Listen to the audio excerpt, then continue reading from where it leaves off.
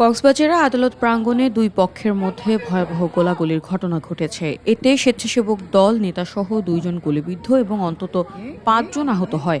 রোববার বেলা 11টায় কক্সবাজার জেলা ও দায়রা জজ আদালতে আচমকাই গুলির শব্দে রণক্ষেত্রে পরিণত হয় পুরো আদালত চত্বর। প্রত্যক্ষদর্শীরা জানান, ঝিলংজা ইউনিয়ন বিএনপির সাধারণ সম্পাদক লিয়াকত আলী মেম্বার একটি মামলায় হাজিরা দিয়ে বের হচ্ছিলেন। ঠিক তখনই তাকে ও তার সহযোগীদের লক্ষ্য করে এলোপাতাড়ি গুলি ছোড়ে প্রতিপক্ষের লোকজন।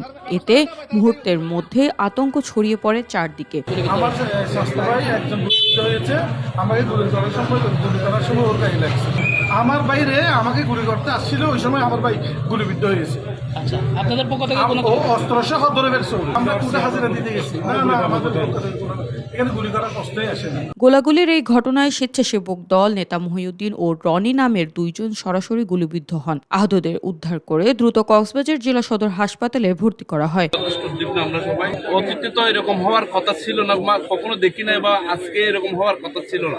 যখন ফায়ার হচ্ছে দেখলাম সাথে সাথে কার ইলেকট্রিসিটিও নাই, কারণ একটা বিএফএ এলাকায় যখন নিচ্ছে, যখন গোলাগুলি আমার দেখতেছি, তখন আমি জানলা দিয়ে ফিরে যেতেছি। আমি সহ অন্যান্য আইনজীবীরা ছিল, দেখলাম কয়েকজন লোক, একজন লোককে আহত, কেন জানি মনে হচ্ছে লোকটা আহত। সাদা একটা গাড়িতে খুব কষ্ট করে তুলে ঢুকতে চাচ্ছে না। আর 2-3 জন মানুষ রক্ত, একজনের হাতে রক্ত, আরেকজনের বাহুতে রক্ত দেখলাম।